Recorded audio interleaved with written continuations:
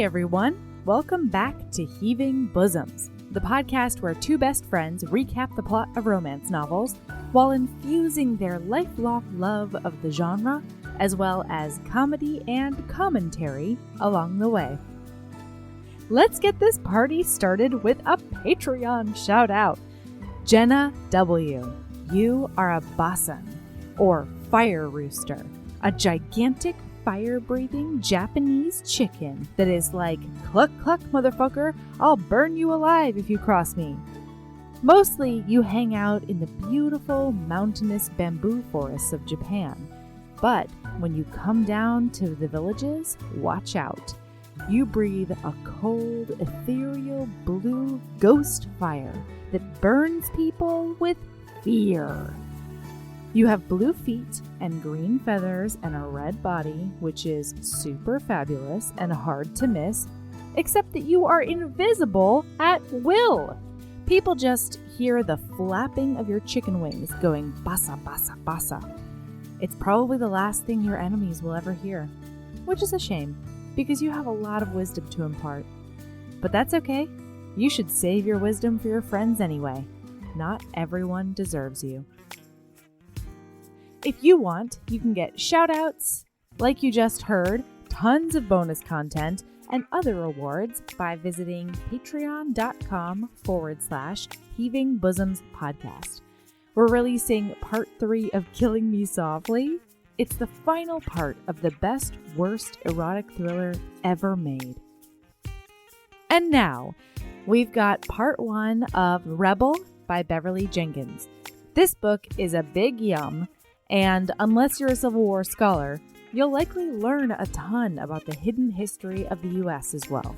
So, read it before part 2 comes out next week. Here we go.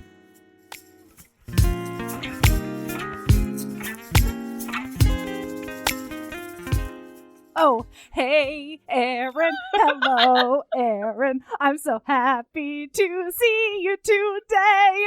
Hey, Erin. Ha-ba-da-ba-bum-ba.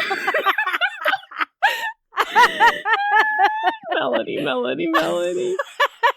I didn't do it. Melody. There you go. There's my broken robot.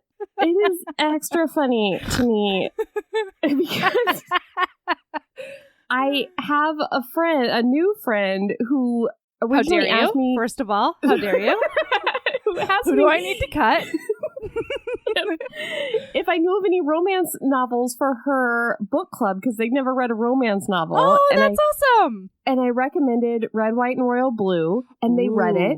And it seemed like they loved it, and no one had ever read a romance novel, as far as I know, let alone a gay romance novel. So it was like, this was advanced stuff. That's great. Reportedly, some of the women learned about the whole romance world. Wow. Erin, you're doing good work in the world. I know. I'm out here, you guys. I'm out here in the streets spreading the gospel of romance. That's right. But my friend did ask me if you always sing so much. Oh, fuck. Like in real life, and I said yes. Listen, you do. You do. And I was like, yes, she does. Swoosh. Point 1 for Erin. You guys, I'm insufferable. I don't know how not to be. There, 50 I said it. points to Slytherin. Man, and then I go and open the show with a Broadway number. God. Hey, let's be honest. Minute. It was more of a vaudeville number. It was perfect. It was perfect. All right. Next time, I'll get my pasties out, and it'll be a real vaudeville number. I'm so surprised you're wearing a shirt today. It blows my mind.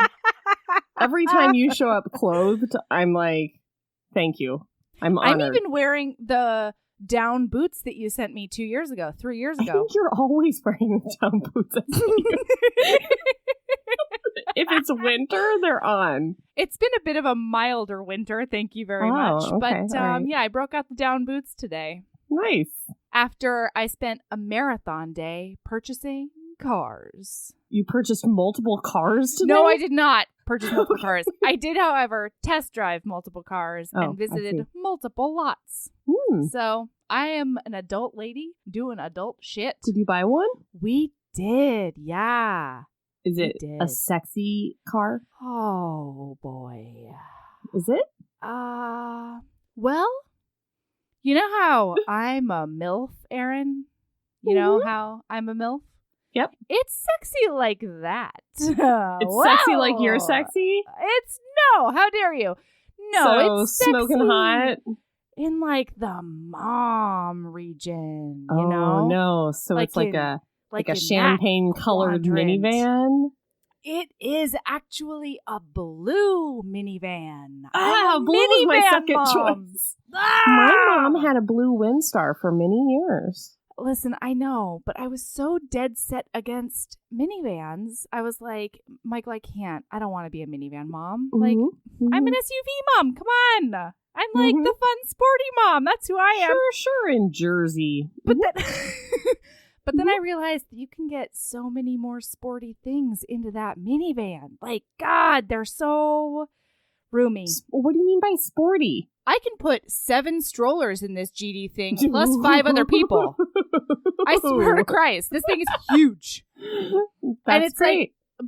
Like, it's not much bigger actually than the SUV. It just like uses its space better. I don't know. I don't know what kind of magic it is, but moms drive minivans for a reason, and apparently now I am a minivan mom. Good job. Well, you still have that nose piercing and that Monroe piercing, so you're still. You're still cool. You're still guys. Cool. I'm still a romance-loving, sex-positive, all up in here cursing mom. That's who I am. So, ain't nobody can take that away from me. Yeah, you should start a mommy blog about what a cool mom you are. How you're not like other moms. Please. No, I love all kinds of moms. We had a minivan when I was younger, and I don't know why. I was just like, oh, I don't want one. But I think I love this thing. As I was leaving, because I had to come home early to put the baby to bed. And Michael looks at me and he goes, "Are you happy?" Like very filled with trepidation. And I was like, "Yeah, I am. I'm really happy." And he was like, "Oh, okay, good. So, because it's better for his purposes too. Yeah. And he's so like anti-vanity that he was like, "Yeah, the minivan makes." Yeah, I want the worst one. I want the ugliest so much one sense. There is. Yeah, I'm into it. Whatever. He's still a DILF. It's cool. Okay. Good. Maybe he's more of a DILF in that minivan because the world is unfair. You know, when we read Luke Off with Love, you got a little bit ovaried at the minivan, didn't you? No, I got ovaried at the way he took care of his pets. Come on. Oh. I thought there was a minivan component to that. Sorry. No. Sorry, backing off. I was in what world do you need a special car for your dogs? You just put the dogs in whatever car you own. I don't understand. Today, I found a special backpack that can contain Rooster, and I was very excited about it, but I don't think she's going to fit. I don't know how it's going to go. She's very wiggly, and she's never stayed contained in a small, like, container. Like, I can't fly with her because she won't stay in the thing. Totally. Like, one time I actually put her in one of those carry-on kennel thingies. Hilarious. Did I tell you this already? She thrashed so violently inside of the soft-sided kennel that I couldn't catch it. Like, it was bouncing around at such a speed that I ran after it, and then she fell all the way down a flight of stairs. Like, and not like a small flight and then landing. This is like the flight from the bottom floor to the top. Yeah.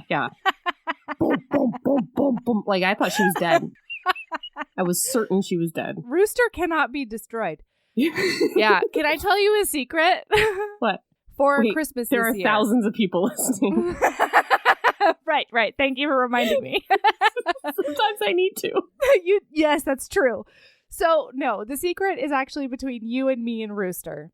Okay. Because you know how I owe Rooster those bitch coins that I'm like really worried about because I hate owing people. Yeah.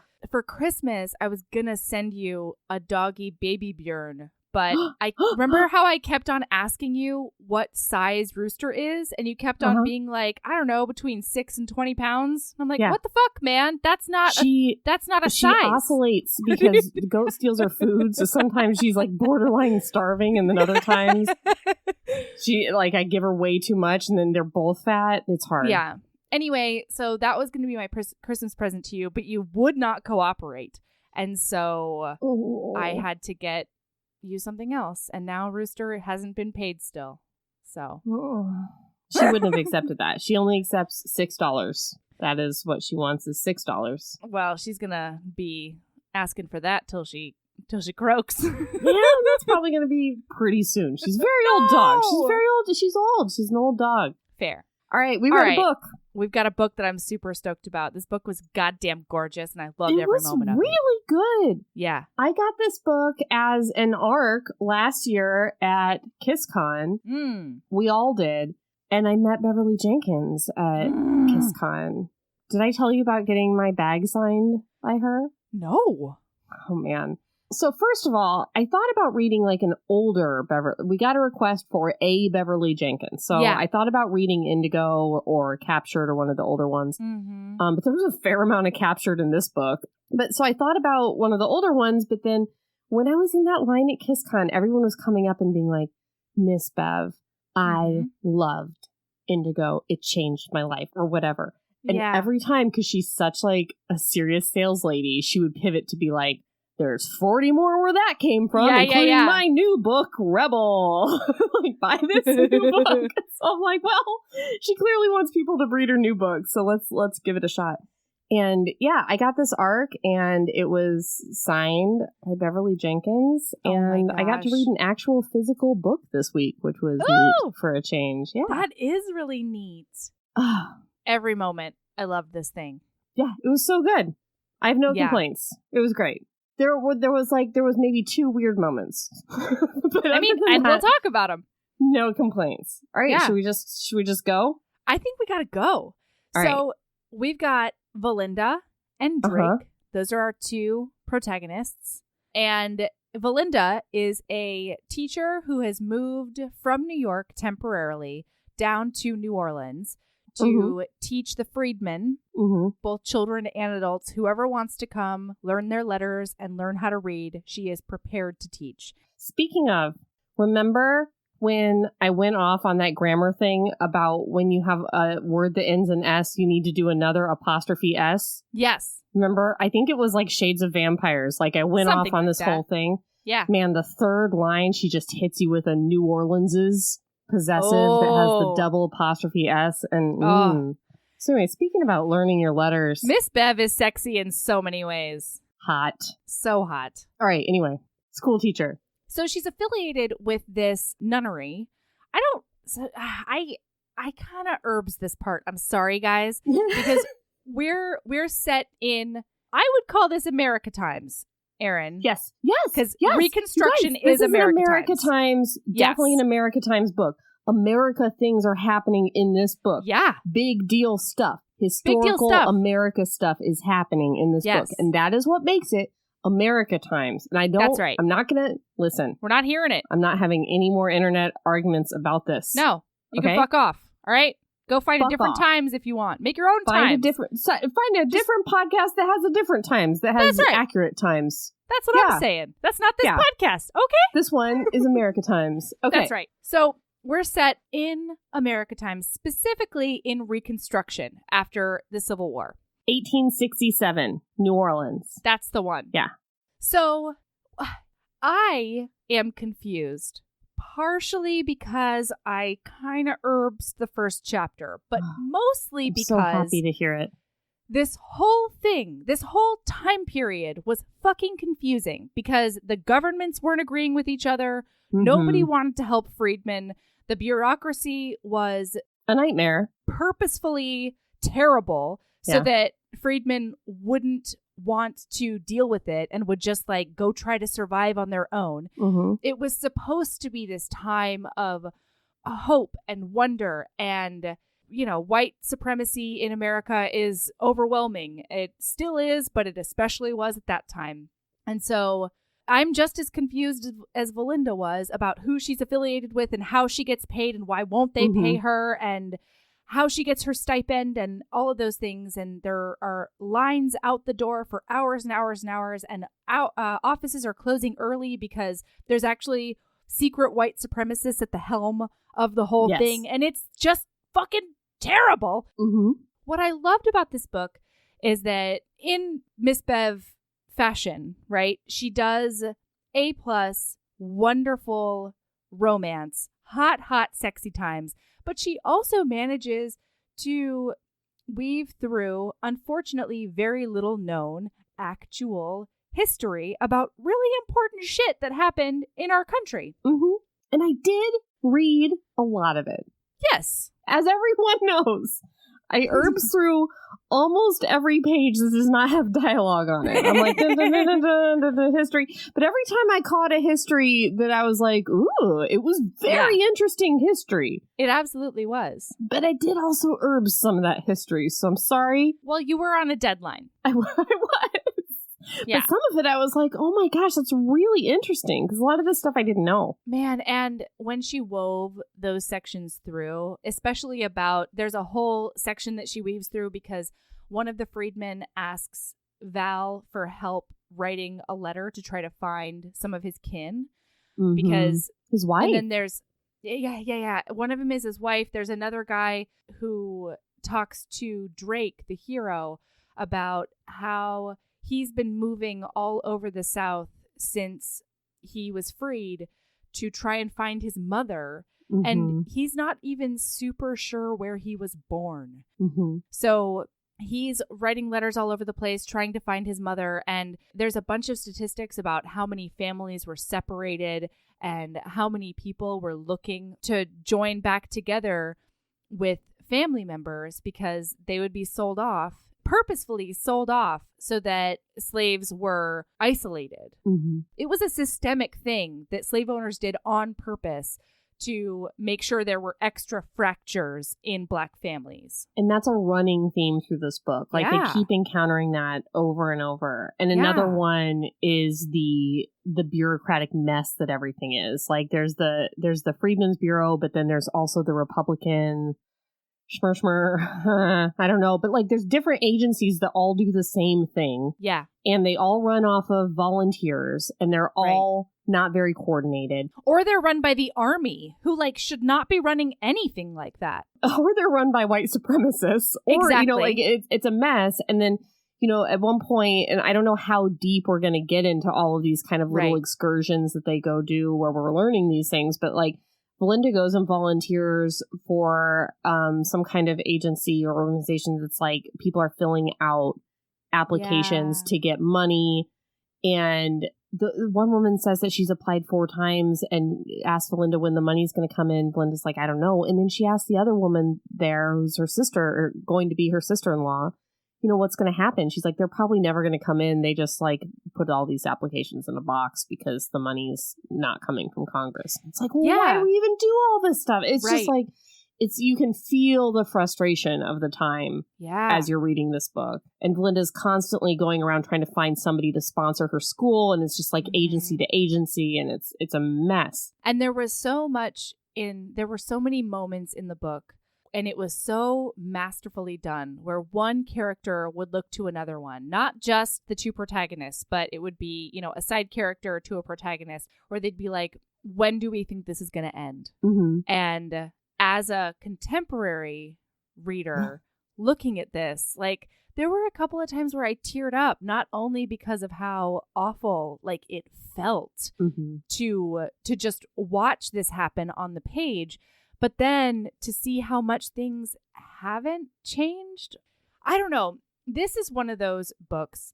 I mean, we were texting with Sarah McLean about how historical romance, like good historical romance, does really hard, important work when it comes to teaching people about different times in history. You know what I mean? And being inclusive and telling the stories that are not the dominant narrative for what we believe about whatever time period. It can.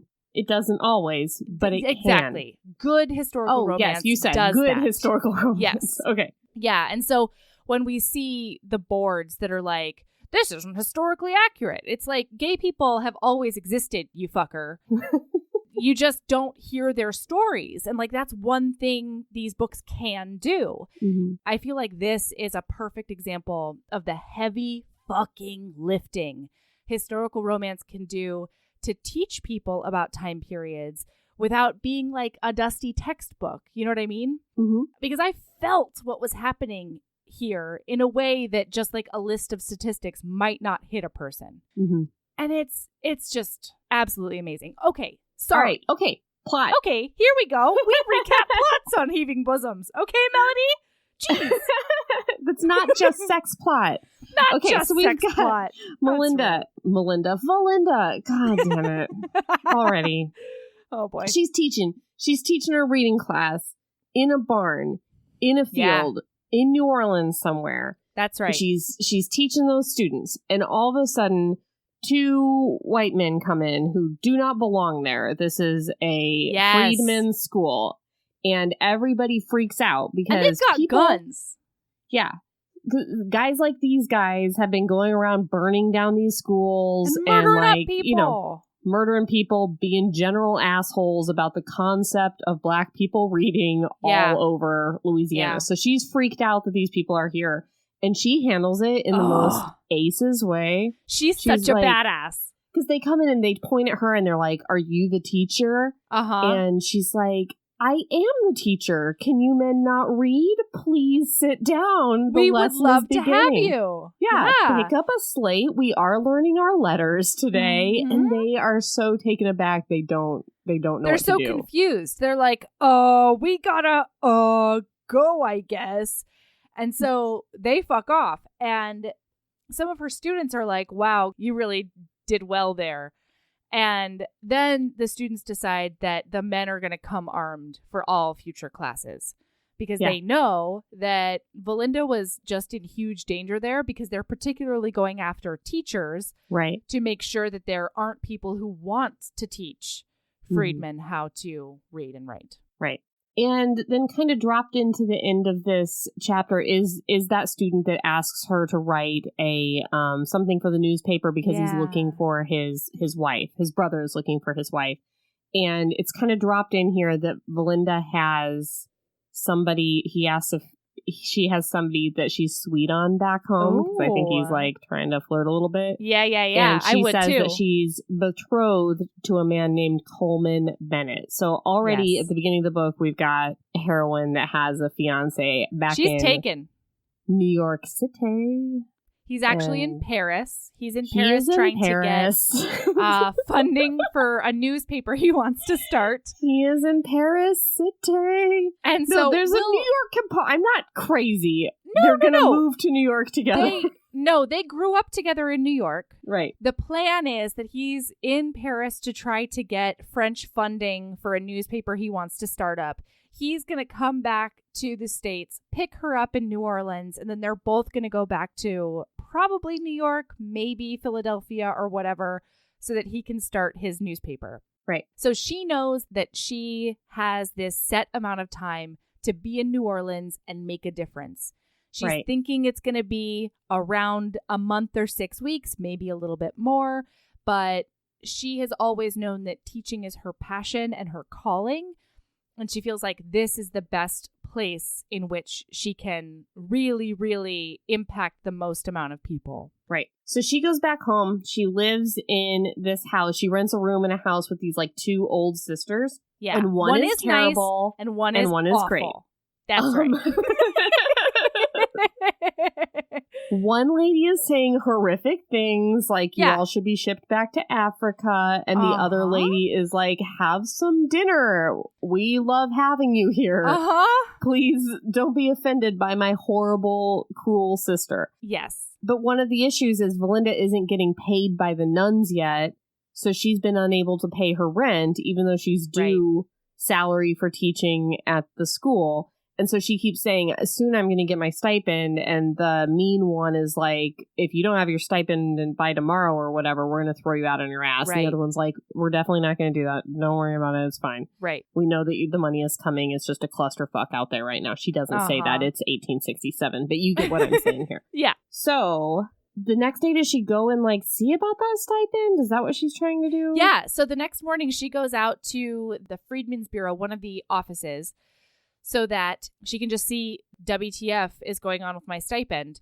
And she ends up getting a script to get paid. I don't know what that means, honestly, because apparently this is just promised money. So she's already been promised money. Right. Then she gets more, like she gets documented promised money. But then apparently she needs to go somewhere else to get that money. Or maybe that is money now. Like, I don't know what that means. Anyway, very confusing. And it's not Beverly Jenkins' fault. It's just the way that things were. That's No, this is historically confusing. This is accurately confusing. Yes. Like, Belinda, the character, is also confused, as she should be, about what's going on. So then one of her students knows a person like down at a docks situation, and they had this shipment of slates and chalk that nobody picked up. And so they were like, you can take it for your classroom if you want. So she gets herself down to the dock then to pick up those slates and chalk.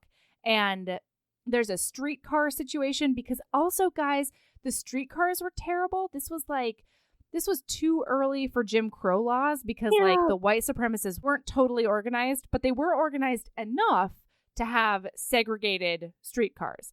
And the blacks only streetcars were like one for every 15 whites only streetcars, as per fucking usual. So she tries to get on a streetcar, waits forever, and she's like, I'll get there faster if I walk. You guys, she hoofs it like all the way down to the docks. It's a lot. And then she hoofs it all the way back to her school that's in the middle of a random field. I will say, the 2020, well, I should say, the last time I lived in New Orleans was 2011. But the modern streetcar system in New Orleans is still pretty dodgy as to like when they're coming and like where they're going and like which tracks are under construction and like if they're going to fall off on Lee Circle, which I'm not sure if it's still called Lee Circle, so I'm sorry about that. And like, but the car always falls off there. You're going to be 2 hours late if you try to take the streetcar. Whoa. And that is a modern system that is not segregated, that is not like also this like latent prejudice and also so I can't even imagine an 1867 streetcar where they're also trying to fuck you because of your race. So just wanted to put that out there as well. She's probably better off walking just generally. So she hoofs it with this crate. And she gets to I can't even imagine. It's so hot, too. And it's so fucking hot. And she's wearing, like, wool, I'm sure. Like, scratchy, shitty up to her wool. neck. Lace up. Oh, Jesus.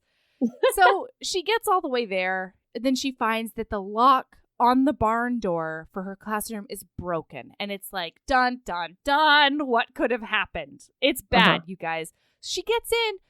And there's been squatters in there, and they've been drinking, and she says that they've been fornicating. She says later on she talks to Drake, and she's like, oh, spoiler alert, this is how she meets Drake.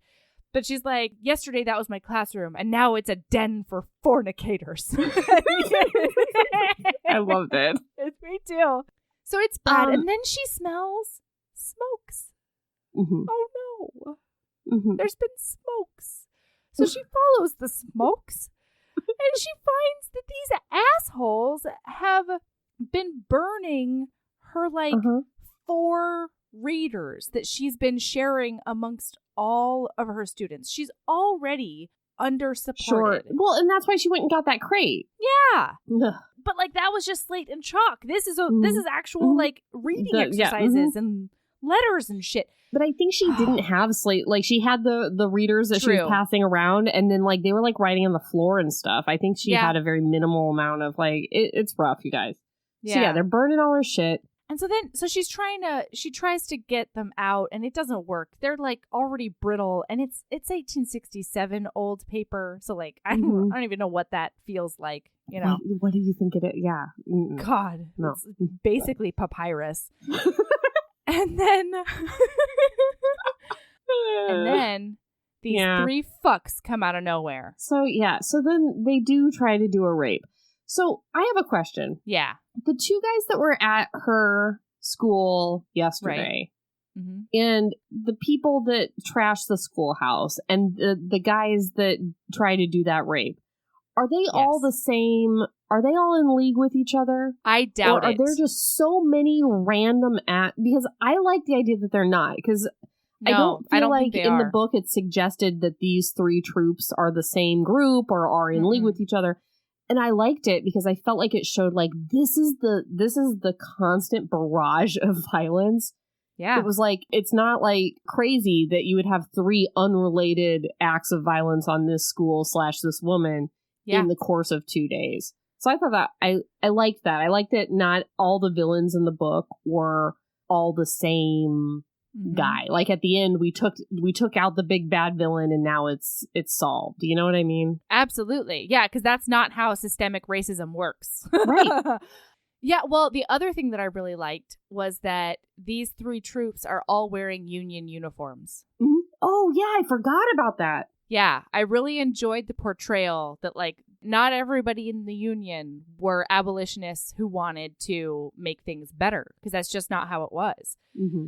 Most of them were, well, maybe not I'll say it. Most of them were just there to keep the South in line. You know what I mean? And keep the Union together. And that was it. They didn't care about the black people who now lived here. Yeah. I read One More Blue. Remember? Yeah, boy. Okay. Okay. So they try to do this rape. Instead of like, I don't want to describe the whole thing, but like. And it wasn't triggering for me. You know, like it didn't feel terrible. It's not graphic, but it's also not something I want to like go into. No. But so that is happening. And That's then right. You guys, out of nowhere comes riding on a wagon. No, I lost it. He's on a wagon. Is he wagon? Because he just picked up Sable. Okay, so he is a wagon coming with Sable. His name is Drake Levesque. And he is a army captain. He is a titan of a man. He is in a uniform. He is huge muscle man. He is a beard. He is a hot. He is a carpenter and an architect and a blacksmith. And he is a hot. He is those things. And he is a treehouse builder. And he is also, do you know what? A hero. Because he does get out of that wagon. But I will say, Valinda did a stick in the fire and did a poke in the throat to one of the guys, so which is hot, a pretty you good guys. move. Yeah. First of all, she almost got away from them just by herself, right? And it's hard because she's a pint-sized person. Mm-hmm. But yeah, so she did one of those. And then this giant man comes out. Yeah, so he like handles it. He like punches them, right? Fuck yeah, he does. In the face. And he gives her a rifle. No, Sable has the rifle. Oh, okay.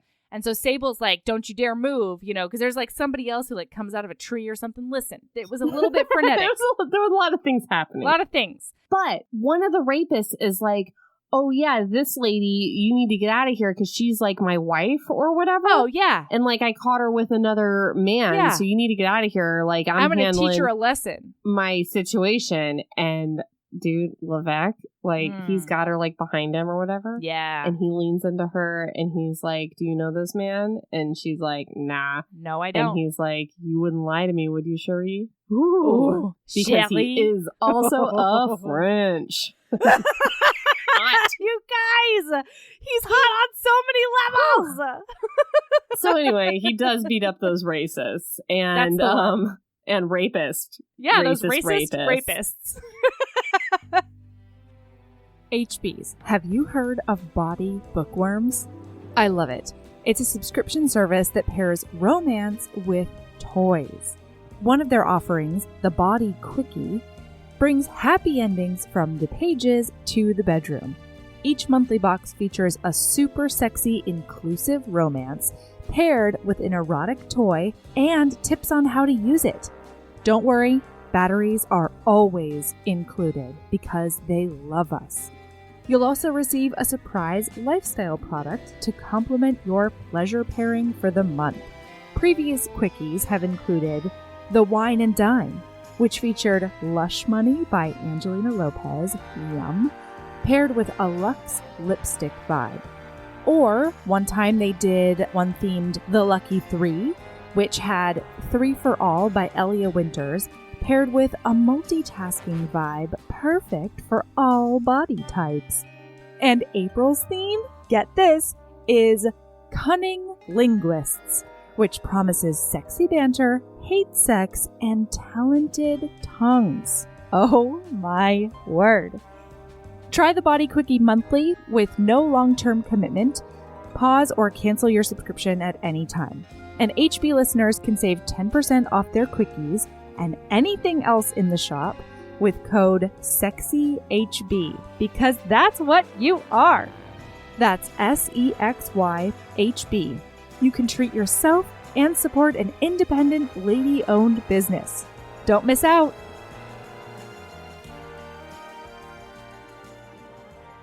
And then he does take her onto his carriage, and he's just like, you good? And they let her have some decompression time. They sit in the field with her and just let her calm down a little bit because she had a traumatic event just now. And I really appreciated that about both Drake and Sable. Oh, also the one guy says that she needs to be prosecuted because she shoved that branch in his throat and caught his throat on fire. And Drake turns to her and goes, "Good for you." That's right. That was I really like him. Okay. Yeah. So then they're like, "Where do you need to go? What's going on?" And she tells them that she lives down in the quarter with these two sisters. So they give her a ride, and it's really sweet. It goes to his perspective, and he's really impressed by the her moxie. He's I really like the way she fought those guys off. He's a little bit into it, but also he introduces her to his sister Sable, who's a big character in the book, and she was the heroine in the previous book in this series. No. Yes. This is the first book in the Women Who Dare series. Well, but it is also the last book in the Levesque series. Yes. She was in Through the Storm. That's Sable and Raymond. And they're French. Okay? All right. They do French. Say it again. Do it again. Raymond. Why is it Sable? Why do you gotta put the stank on the Raymond but not the Sable? No, because she's not French. Well, all I know, I haven't yet read Through the Storm. I plan to, but it was published in 1998, and she is a freed slave. And she and Raymond. I love it every time. I know. I'm probably just going to go with Raymond. Is it okay? Raymond. Okay. Or you can call him Ray. Everybody calls him Ray. Yeah, throughout. She calls him Ray. Anyway, so they take her back to her place, and Drake very much doesn't want to leave her at all. He's very much in his inner monologue, he's like, "Where are you from? Will you go to dinner with me?" Blah, blah, blah, blah, blah, blah, blah. But he doesn't say any of that out loud. He's more like, "Here is my brother's hotel, and this is the bureau office I volunteer at." Mm-hmm. Very official. But he essentially says, "If you need anything at all, please don't hesitate. We are at your service, and we're ready to help." And he tells her where the hotel that his family he says that we're going to the hotel right now. Yeah. Which is really convenient and good. There are a lot of things in this book that are very convenient for their it's situation. A romance, okay? Yes. I mean, can you believe that they ended up at the same hotel later this night? So she walks into the house, and you guys, bad news bears for everyone. Thank goodness we hadn't gotten very attached to this character. The nice sister is super dead. The nice sister is dead, and it's she very died. Not ceremonious. It's very just she's dead. Yeah. She done died this morning. Ceremonious a word? I don't know. But ceremonious is absolutely the bad sister is my sister's dead. Your shit is by the door. Get out. Get out. And she's like, "Oh my gosh, I was nearly sexually assaulted less than an hour ago. I'm hurt. I have this prescription raining. that might be money or might not be money. Melody doesn't know. Is it raining? Did I make that up? I'm not sure. It's been a bad day. I walked with that crate. The streetcar was bad. Please help. My school is gone. Just let me stay for the night." And she's this bitch "Get is out. "Nope. I need to grieve my sister, and I don't want you around right now." God, she's horrible. Awful. So she walks around and she's trying to find this address in a time where there were no maps, I think. That's what I think. But anyway, so she goes and she asks somebody where this hotel is, and this fortune teller. I just imagine the most cheesiest, out of the smoke, the most cheesiest fortune teller. Everywhere. Yes. Yes. And so she's like, "That hotel is right over there. But first, let me see your palm or maybe something else." And she says that she's going to lose a love, reject a love, and find a love. And at the end of the book, did you know what? I had no idea. I was hoping you knew. Cool. All right. theories about all of them, but I was definitely going to ask you. Melody, I'm sure that everyone who read this book is going to be like, wow, what a bunch of dummies. These dumb bitches. I'm not really sure. I'm super not sure. Okay, I can't wait to talk to you about who we think it is later on. I'm like 80% sure that Drake is the love she finds. Listen, I am at least 75% sure it's Drake. No, we're kidding, you guys. It's definitely Drake. It's 100%. The other two are a little bit hazy. Yeah. Okay, so then the fortune teller is like, don't be afraid to love him, I think she says. No, let him love you. Let him love you. Is that what it is? Yeah, don't be afraid to let him love you, I thought. No. Nope, it's not. Right. No, it's dare to love him. Dare to love him. But also let him love you, Valinda. Just let him. Let him, Valinda. You really fight him for a long time on this, kind of, sort of, almost. I swore it said dare to let him love you. I am sorry. No. But then she's like, that hotel is right there. Yeah, it's right across the street, babe. Go ahead. So she walks in, and some asshole tries to stop her. The concierge or the butler. Or the somebody who's semi-official. They are having a private party.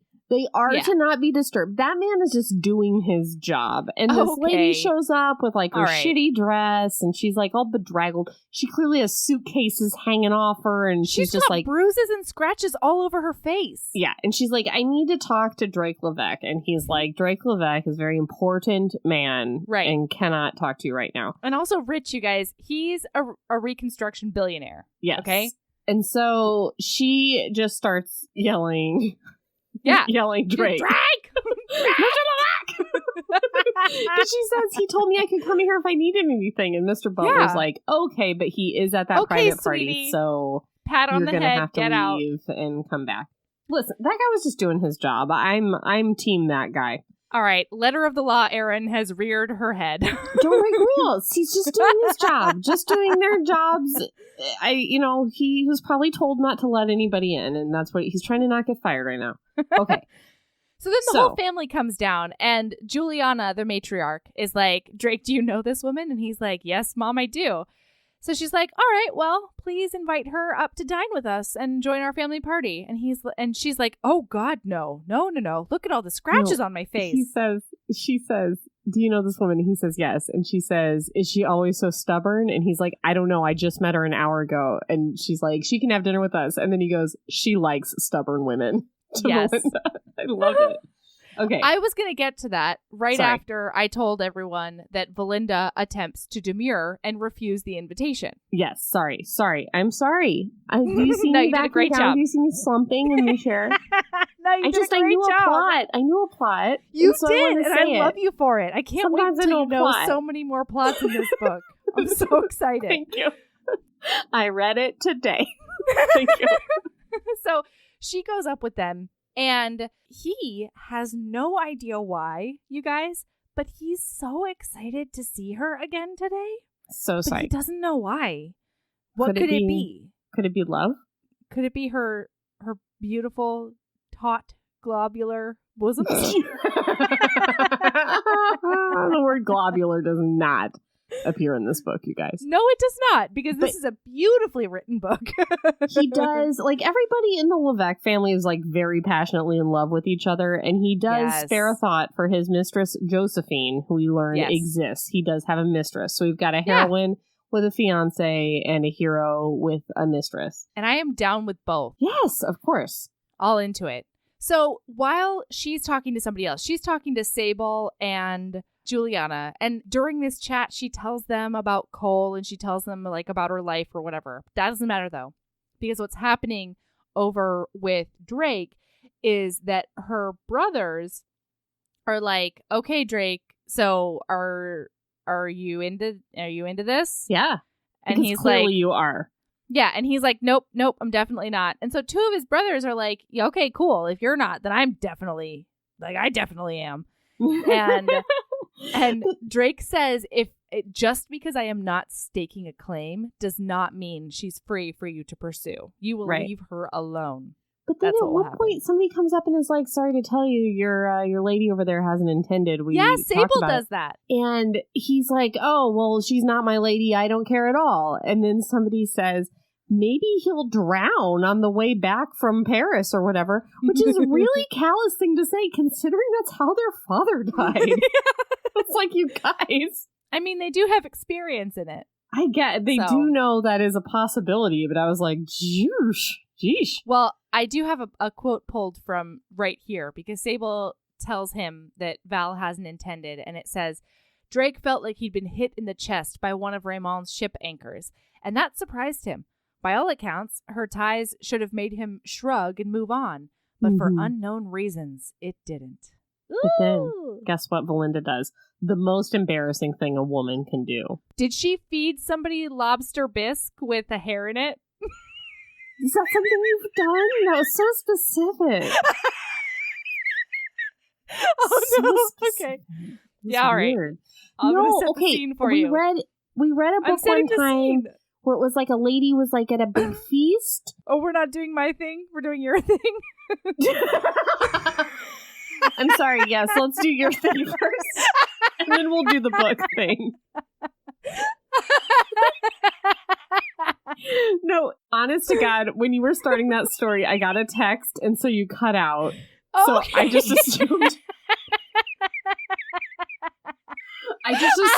it was a weird thing you said, and it wasn't something that had actually happened, because that is usually the case. So please tell your story, Melody. I can't wait to hear it. So, I'm setting the scene for you.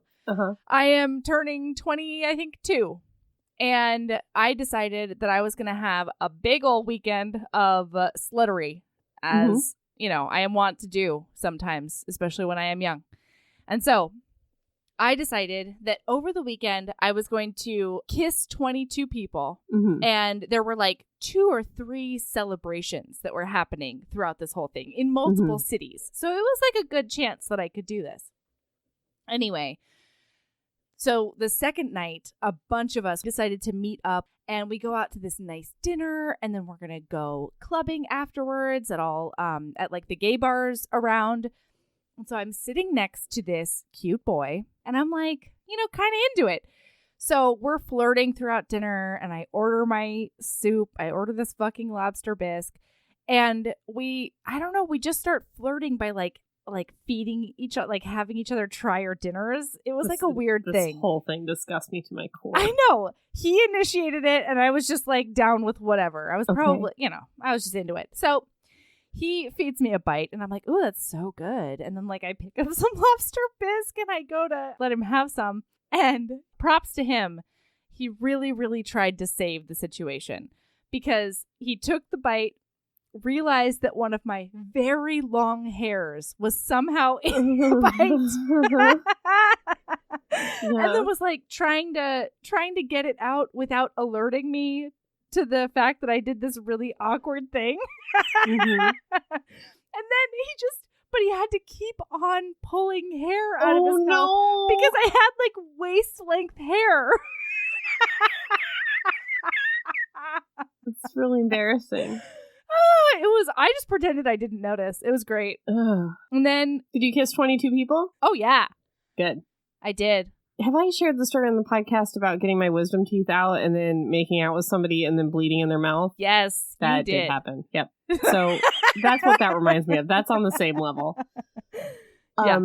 Are we going to do my thing now? Yeah, we can do your thing. P.S. The book was A Princess in Theory by Alyssa Cole. It was?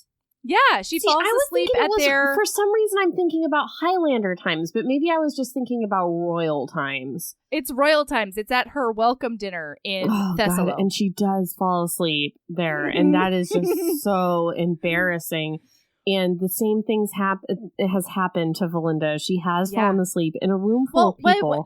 No, she did not. She did. Juliana, no. She falls asleep in the carriage home. She did, in a carriage full of people. And by room, what I meant was carriage. Carriages are a room in their own way. Juliana offers her house for that night. And so she and Drake and Juliana are all in the carriage together. And Valinda falls asleep on the way home. It's so embarrassing. And then Drake does a big carry her up to the room. A traditional Lukov carry. That's the one. But I will say, in Princess in Theory, the same shit happened. That's right. He carry her back? Yeah. Okay. So he does enjoy the way that Valinda feels cradled in his big, beefy arms. Obviously. He does identify her as a sexy woman. That's right. And then the next morning and then Juliana's like, you need to come over tomorrow and fix my goddamn greenhouse. I've been asking you to do it for months. You guys, Juliana is on it from the beginning. Oh, I love Juliana. She sees this shit. She gets them together. She's pushing them together on a daily basis. Oh, it's great. And at one point, like midway through the book, Valinda's like, is this happening? And everybody is like, yes, girl.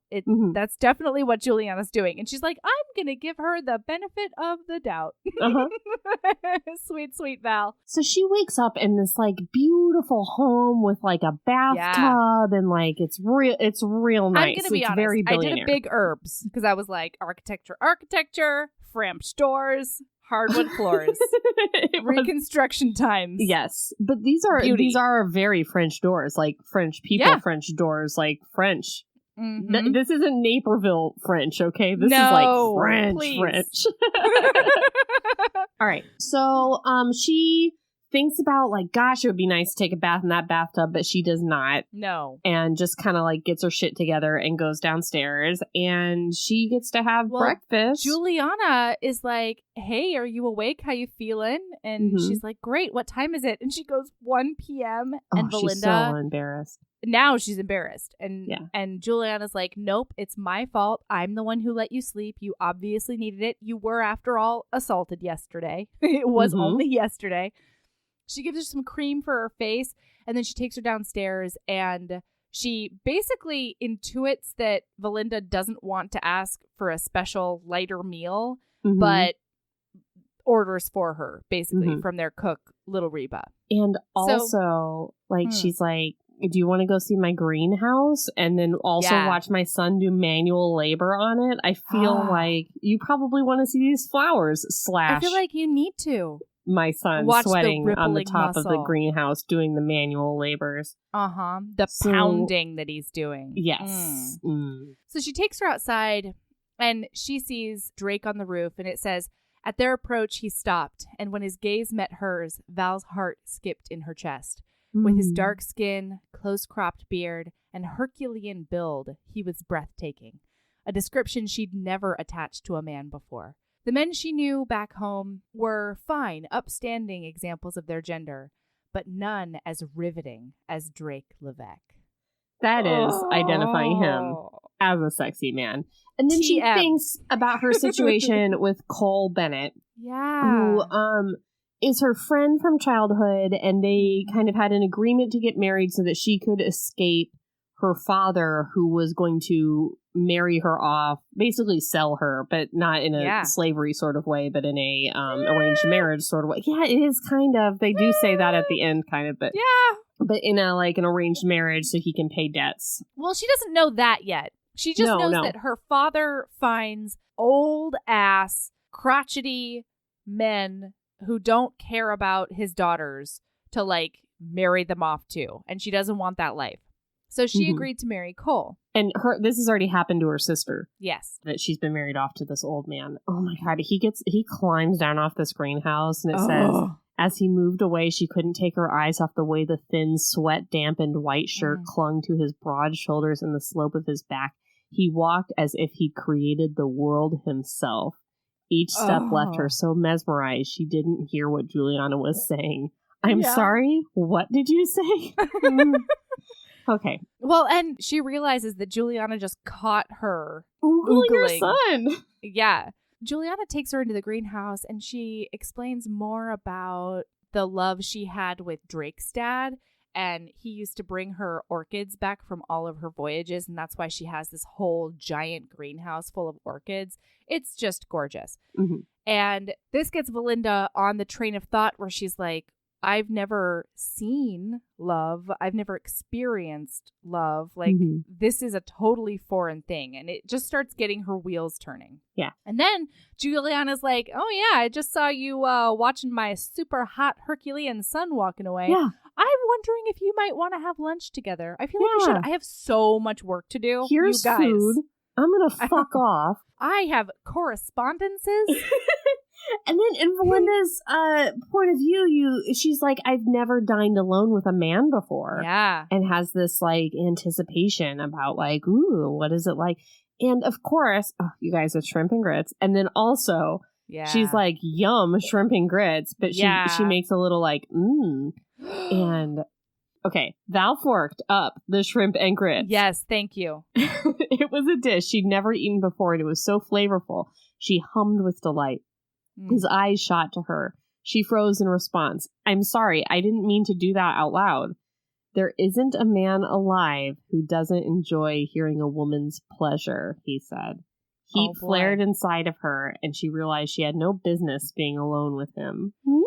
Before he even arrived, she was like, okay, I'm going to be alone with a man. It's fine. Yeah, it's a little bit complicated that it's this man because he is hot in a way I don't understand. Yeah. And I don't really know how to act because I want to be polite, but I also don't want him to see that my blood starts boiling when he's around in all the best ways. And I also don't want him to think of me as like a possible conquest because I'm not. Or am I a possible conquest? No.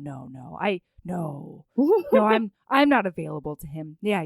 That's true. And then he asks her all about herself, and she talks about how she grew up climbing trees and shooting marbles and doing all kinds of tomboy stuff and getting dirty, playing baseball. And that her dad didn't let her do that stuff. So he starts saying, wow, like we have a lot in common. Like I love tree houses and like I love doing that kind of stuff too. And I still do. I built my own tree house when I was a kid. Yeah. I'm planning to build a tree house at my house for like adult tree house times. Yeah. And she says that she did all this stuff with Cole growing up and that they were best friends. And he starts to think of her as a little hellion. And then he asks if it's a love match with Cole. And she says no, and she doesn't really see the utility in stuff like that. Right, and he's like, utility? What are you talking about? And then he tells her about his grandparents, Dominic and Claire, who were the characters in Captured. Yeah. This is beautiful. Because he, you guys, is descended from pirates. Yes. Oh, he talks about his pirate blood. This is a Pirate Times book. I'm sorry, it's a little bit for pirates. Yeah, it's a little bit Pirate Times. It's definitely a Pirate Times book. But a real Pirate Times book is Captured, and you should read it. That's also true. But he's like, if you're not marrying for love, why get married? Because he's rich, he's a man, and he doesn't think about these sorts of things. And she's like, I have to, or else, like my dad, Right. Anyway. Or else I'll get pushed into something truly terrible. Yes. And she knows that Cole will be a good husband to her, and he's not going to rule her life, because he's a kind friend. Yeah, because within this, we also find out a little bit about her grandmother, who also had a bad, marriage. And when her husband died, she got courted a lot. And she owns a seamstress shop up in New York. And she was like, I don't want to get married again because all marriage brings are men who want to control my business and my finances and my freedom. So I'm going to be my own person. And Belinda feels like she can't do that because of her father, although she wants to. But the closest she's going to get to that is a marriage with Cole because he respects every molecule of her being. Also, she says, if marriage gives me the freedom I desire, why would I need love? And he says, for the companionship, adoration, and bed games. Bed games? She echoed doubtfully. From his amused manner, she'd assumed he was talking about marital relations. The proper, well-raised Val would have shied away from such improper discussion, but the girl her father called Hellion asked, are you speaking of marital relations? I am. Bed games are played with mistresses and women of the night, not wives. And then he explains, Belinda. Oh no, they are played with wives. No, so he's like very entertained by how she's like very confident and very rebellious and has grown up kind of with some rough edges, but then is also like very like bed games. Yeah, well, she's very naive. Yes. Yeah. And so he says, your confidence is intriguing. Were you not intended for another, I would court you, which is very bold. And she says so. And that's when he tells her he's a pirate. Oh, he's a pirate. Okay, we have to move on. But this is such a beautiful... I want to discussion. read every single droplet of their banter. Mhm. So my suggestion to all of you is to read every droplet of their banter by buying and reading this book. Okay. Or, going to the library and getting this book. Just get this book in your brain. Do it. Yep. Okay. Oh, now they're going to go around and tell all of her students that the school has been closed. Yeah. He offers to take her on his carriage and kind of let them know. So she's got like 3 that she knows where they work. So they're going to go there and then ask them to tell the other ones. And really not a lot happens except that we learn a lot about New Orleans at that time. Uh-huh. And it's good reading, but plot-wise, they're just kind of spending time together, and it's nice. Yeah, the one thing that I sort of want to talk about, just because it does come back later, is that they go to a cigar shop where one of her lady students is a janitor, and it's obvious that the white son of the owner is very interested in the lady's betterment. And the owner is very like, she should only be around for janitoring and it's terrible. And not only does Valinda first counter him and confront him about his awful views, but then Drake stands up for her as well. And it's one of the first moments in the book where she's like, oh my gosh, he's like, not only did he take the time to drive me around about my career stuff, but now he's backing me up and using his weight to further my goals, Very hot. It's hot. Yes. It's a really good way to put it. And when he drops her back off at his mom's house that night, he says, I enjoyed our time together. And she agrees. And he says, next time I'm going to bring my marbles. And she's like, only if you don't mind parting with them. Because guys, when you play marbles, you get other people's marbles and you get to keep them. And he says, I love a challenge. And she says, I sense that. And it's hot. It's so good. Oh, man. Can I read? Okay. Okay, it says, although she was not to be his, he gave himself permission to imagine how it might be if she were. Because fantasy hurt no one. They'd shoot marbles, play checkers and chess, and travel to the Orient on one of Ray's voyages. He'd want to hear her positions on the political machinations of the day and take her to the racetrack and the opera. He wondered if she knew how to swim or ride, and if she still liked climbing trees. And yes, there'd be bed games. She wore her hair in a tight bun that showed off the beautiful lines of her small brown face and the tempting expanse of her throat above her high-necked blouse. He imagined brushing his lips against that soft column until she hummed with pleasure.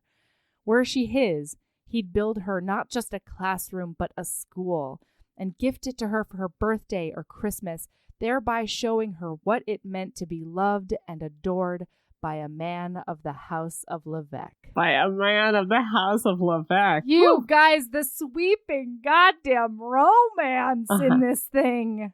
All right, okay. So Levesque... Oh, so then he gets home. Yeah, so Drake finds out that when he gets home that the son of his housekeeper has been shot. Straight up murdered in front of his wife and 7-year-old child by a guy named Liam Atwater. Yep. And the reason why is that Liam wanted this guy Daniel, I don't remember his last name right now.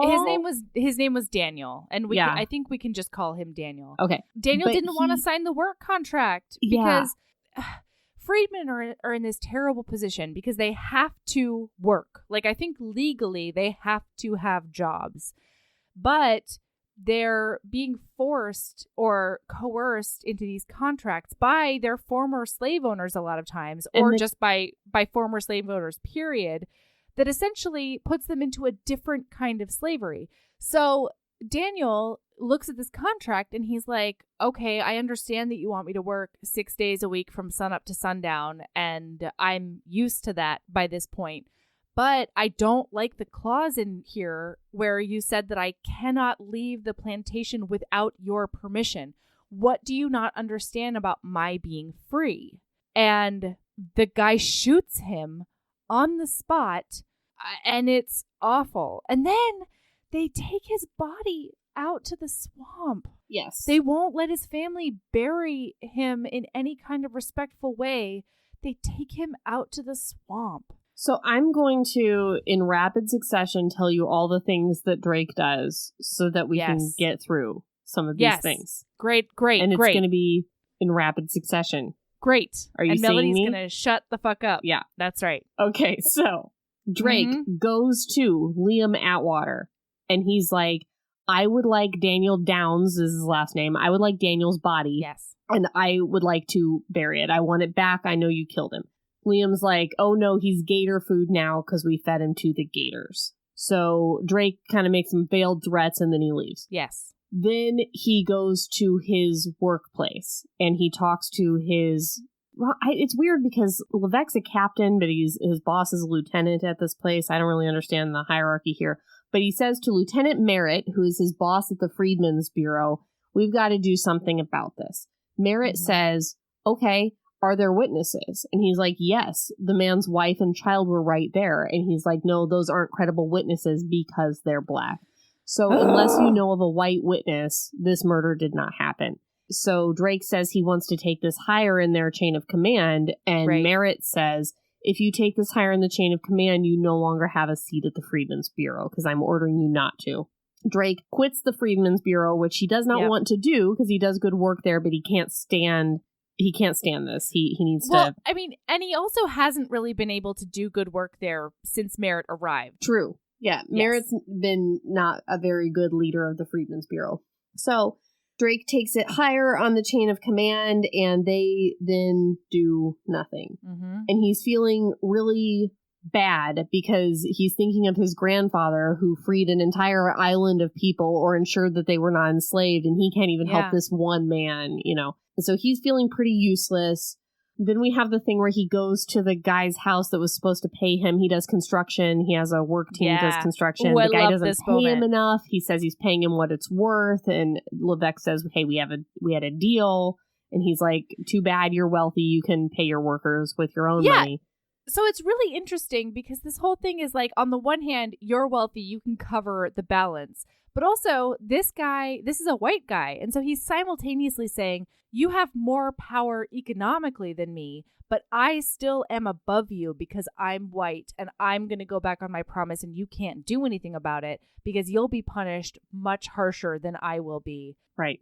So but then Drake had packed a sledgehammer just in case and then just goes out and fucking destroys the whole building, which probably felt pretty good after the last day he's had anyway. Hell yeah. And broke all the shit, and the guy's like screaming like, don't do this, don't do this. It's very satisfying. It's great. So then he also gives him back his money, FYI. He does? Yeah, he's like, here's your money back, and he says that he'll pay the guys out of his own pocket. Oh, I didn't remember that. Well, because otherwise it would be theft. They did do the work. It's not theft. Yeah. They did the work. No, I know, but he would have turned it into theft. You know, sure. Yeah, it would have been bad. Okay, so then we go to Valinda, and Valinda's going around to the nuns trying to figure out what can we do about getting a new schoolhouse for me and the students. The nuns tell her that no longer will there be a school because of pressures from the Creole community, because the schools were supposed to teach the Creole kids, I guess, and they didn't. And they don't. Now there's too many freed kids in the schools. They're crowding the schools, which is a rough. It's more than just crowding. Yeah, that's true. But it's. I think that's the veil here on this. So yeah, because of pressures from the Creole community, they're going to close the freed schools. Yeah, and so now she's like, well, I think because they were supposed to help her find a new place. Right. And so she's like, I can still do this, but I am on my own now. I need to find a place by myself. Okay, so then they are all at dinner, I think, at Juliana, so the matriarch's house, or maybe they're at the hotel, I don't know. But Sable mentions to Valinda that she has an orphanage on the land. Yeah. So everybody kind of lives on this Levesque land. And I guess because of the Creole community not letting the black children go to the schools, or I guess the freed children. It's freed children. Guys, this is very difficult to parse. Like the Creole community in Louisiana is of usually mixed race descent, is French, Spanish, often Caribbean, Haitian, African American. Like it's a whole melting pot. But they usually are lighter skinned. Yes. And they've always been free, and these families in particular have money. They have means. And so now they're saying, we don't want our children taught alongside these former slave children because they feel as though there should be a distinction between them. And like Juliana mentions that they went to petition the government to like make them a special class of people. Right. So they're not all lumped into the same piece of pie. Right, exactly. So when I'm making a distinction right now between Creole people and Black people in this book, yes, that is the distinction I'm making. Whereas like today, I think a lot of Creole people identify as African American or Black, even though the heritage is far more, very complicated. Sure. Heritage. Okay. All right. Okay. So her orphanage has also lost their teacher because of this situation. And she asks Belinda if she wouldn't be a teacher for those orphans, but she still needs a place to teach. Yes. And so then Drake comes and he joins them at lunch. And he looks at Belinda and he says, if you were going to stay in New Orleans, I'd build you a school. And he thinks about how kind it is that she's going to teach those orphans, knowing that she probably might not get paid, or she works out payment with Sable so that she will get paid. But like, it's a very selfless thing to do. And also, he's in a situation now where he doesn't have a housekeeper at his place because he told his housekeeper to go stay with her sister to mourn the loss of her son. Yeah. So he asks his mom if he can come stay with her for a few days so that he doesn't have to cook his own food, even though he says that he can, just in case you're worried about that. But it's more convenient if he can take care of himself. Mom. Because he's such a man. I tried to do the melody thing and I couldn't do it. You could. You pulled it off. I tried. Take that, coworker. Yeah. So he finds out she's going to teach those orphans, and he says, that's very kind of you. The sincerity of his gaze snared her, and she was at a loss to explain why he affected her in ways that no other man had before. Yeah. Oh. And this is when she realizes she does not want to go back to New York with Cole. Yeah. She likes New Orleans. She sees the need here for a school teacher. Like, her whole thing is she wants to make a difference. And she realizes, like, there's orphans here that need a teacher. Like, we can do this. And so she's like, maybe we can get Cole to stay in New Orleans. He can open his paper here. Yeah. Ugh. So then she's, like, doing some stuff. I don't know, like a paperwork. I don't know what she's up to. And he comes in the next day. He comes in and brings her some lemonade. With a lemonade. And he's like, Can I please read what happened, though? Okay, please do. Okay, it says, he handed her a glass, and she took a sip, and her hum of pleasure brought his eyes to hers. You need to stop doing that, you know. I can't voice my pleasure about the lemonade. Only if you want to make me wonder what else makes you purr. As if she weren't already warm enough, heat from his words flashed over every inch of her body. More pirate talk, she tossed back, more boldly than she felt. Yes, and it would be courting pirate talk if you were free. I love a man who makes his intentions known. Oh, he's so forward. They're like out of this gazebo. I think it's because she's already told him it's not a love match. So he's trying to be clear to her. She could have a love match. I like you. And look how hot I am. And also how rich. And like, think about it. Yeah, I'm thinking about it. He's talking about how he loves that she's like a hellion. Yeah. And he says, does your intended prefer the hellion or the meek miss? And she says, why does that matter? And he says, because I see a woman settling for a small piece of cake when she can have it all. Melody, you know how I love a whole cake. Me too. They're speaking my language. I love a whole cake more than I love a whole cake metaphor. All right? And I love a whole cake metaphor, a metric fuck ton. But she says it's really none of his business, why she settled on Cole. She says, there are no buts. I've chosen Cole. He's chosen me. We don't need your approval or blessings. He sipped his lemonade and smiled. Something funny, she asked. Just pleased you picked up your sword, Cherie. Because she always talks about how she's not bantering with him and there's no verbal sword play. And then sometimes she picks up that sword. Yeah. All right. So then he goes and he shows her that tree house. Oh, man, I love that you had the top portion of that page highlighted because I have the bottom portion of that page highlighted. She says, he does care for me. And he says, then may you have a happy life. She goes, do you mean that? And he says, if he is your choice, yes. Oh, respecting her choices. So then he does go and show her that tree house that he built when he was 10. And she says it's just a couple of slats up there in an old oak. And she says it looks like it'll serve as a way to a hospital. And he says, you wound me, Cherie. Oh, it's so hot. And he talks about how he's building himself like a big old house on the land. And he's going to build himself a big old tree house up in some maple trees. And he's very oak trees, definitely oak trees. I don't know why I said maple trees. Super oak trees. Very oak trees. It's going to be beautiful. It's going to be perfect. He says, maybe if your intended agrees, I can invite you both to tea in the treehouse when it's finished. And she's like, I think he would like to go up into your treehouse. Yeah. And then he says, you're always welcome to climb my tree whenever you want. Whenever you like. She sensed he was referencing more than an oak, and she suddenly found it difficult to breathe. Ah, it's so good. Oh, and then she says, are you having fun? And he goes, fun? And she goes, at my expense? And he says, never, Shelley. But I am enjoying imagining all the fun we'd have together if you were free. You guys, I cannot. That wasn't, I have highlighted the part before that and the part right after that, which is... I have the part after that, too. Build us a treehouse we could have tea in, used to escape the heat of the day in and sleep together in at night. Ooh. Val's eyes closed as the seductive wake of his words washed over her. We catch frogs and fireflies, take one of Ramon's boats and sail to Cuba and have dinner with my cousins and then walk along the beach in the moonlight. He says, then I'd kiss you until sunrise. And she says, please don't kiss me. And he said, I won't, not unless you're free to ask me to. Her looking at him and just saying, please don't kiss me. Please don't kiss me. Because she knows that she'll just ignite and then climb him like a mountain. A tree, Melody, a tree. We just did this.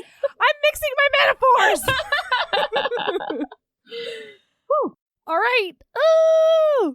Do you think it's the end? I think it's the end for this week. Don't you? Okay. So many two-parters.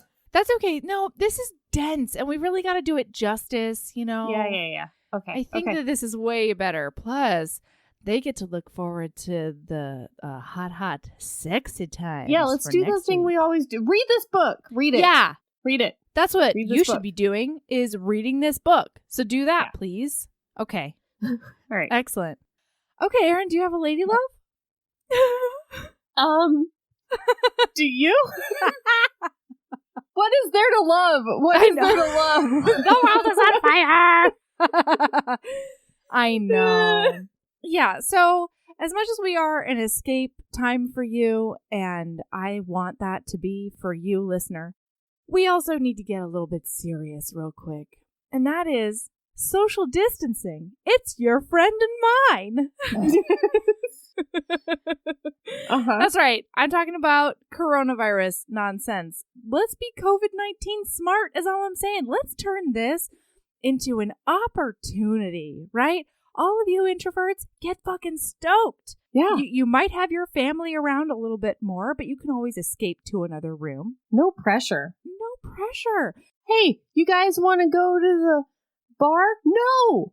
Don't do that. I can't do that. Because of the global pandemic. What an incredible excuse to just be cozy with your romance books. And a tea. Yeah. Yes, do that. Yeah, like don't take your kids to the park anymore. Stop that, because it can live on smooth surfaces for like don't do it. 2 days or 9 days. It's so long, you guys. It's long enough. Don't listen to our science facts. Please. Please. They didn't come here for science facts. Go to legitimate sources for your science facts. That's the one. Don't say Heaving Bosom said it could leave on surfaces for 2 to 9 days. Please don't do that. It is at least 2, though, in the right conditions. Seriously. But just don't. It's a long ass time. Science. Don't use this for science. Yeah, look up CDC shit, you know? CDC.gov, and motherfuckers. get your stuff from good science places. Yes. Hey, guys, Gurgling with salt water does not kill it in your throat. So, like, stop sharing that meme, maybe. Stop that. Don't do that anymore. Oil and oregano does not cure it. No. All you herbalists, sit the fuck down. Yeah, sit down, herbalist. I am one. Sit down. Sit down, herbalist. This is not your place, okay? There's a beautiful place for you in the world. This is not it. This is not it. Mm-mm.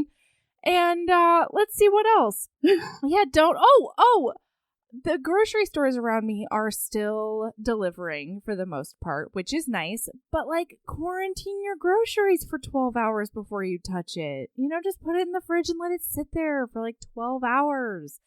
And it'll be better. And also, we've got this elderly couple neighbor, and, like, if our grocery stores stop delivering, I'm going to go over and see if they want me to do their grocery shop with mine. Mm-hmm. Because we're already shopping for my in-laws. We don't want them leaving the house. So, like, we're doing their shopping. We'll do the other guys, too. If you know an old-ass person, just ask them if they want to add some stuff to your list. You know? Yeah. Ask them a nice over the thing phone. to do. Don't go to their house. Yeah. Try not to go to their house. Try to do it on the phone. If you have to go to their house, knock, sign. And then stand 6 feet away from their door. Also, don't cough. Actually. Do a love love actually. Can I buy you your groceries? My wasted heart will love you until I look like this. You know, like that kind of thing. My gosh, I've never heard of a better idea. We've all wanted to do a love actually, and now you can do it and save a goddamn life. And now, instead of in the context of Love Actually, which is a terrible thing to do, go up to somebody who's recently married and say, no unrequited bullshit. You keep that nonsense to yourself. This is actually kind, what I'm suggesting. Yeah. That's the one. Oh, I love these ideas. I love them. We're just full of just great ideas. We are. And hey, wash your hands for 20 seconds. You want to know what's 20 seconds? Huh. I do my hair, toss, check my nails. Baby, how you doing? Feeling good as hell. Do that 4 times. That's 20 seconds. And, like, you can just rock the fuck out at the sink. Yeah. And it is the best. So I've been try doing that song from South Korea that they made, the coronavirus song. Oh, I love that. Like, yeah. Corona. Yeah, I don't know seconds, the words in Korean, but I just kind of go, nah. You don't have to know the words to do it. You don't. You just need to know that beautiful melody, you know? Yes. Mm-hmm. I know a beautiful melody. It's you. Sorry, couldn't resist. Did I just do a real pregnant pause to see if you would walk through that door? Maybe. Maybe. All right. So that's my lady love, and I think it's Erin's too. Yeah, mine was the Love Actually thing. Just write that down as being Erin's idea, because it was. Fair.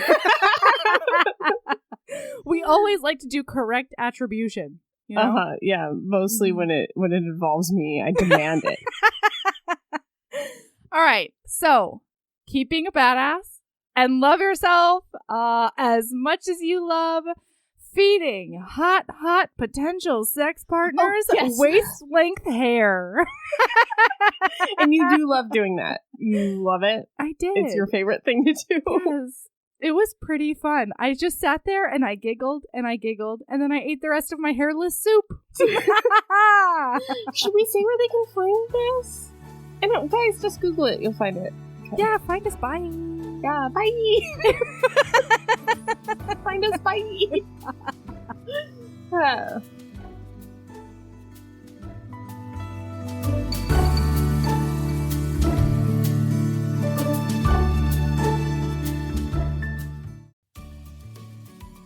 Hey, you.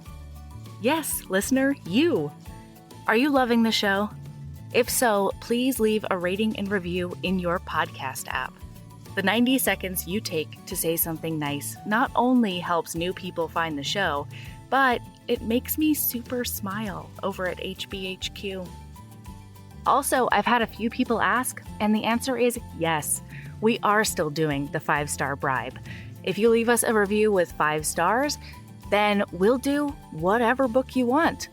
We're real deep into the list, though, so it might be a while. Lilas! Okay, back to the show.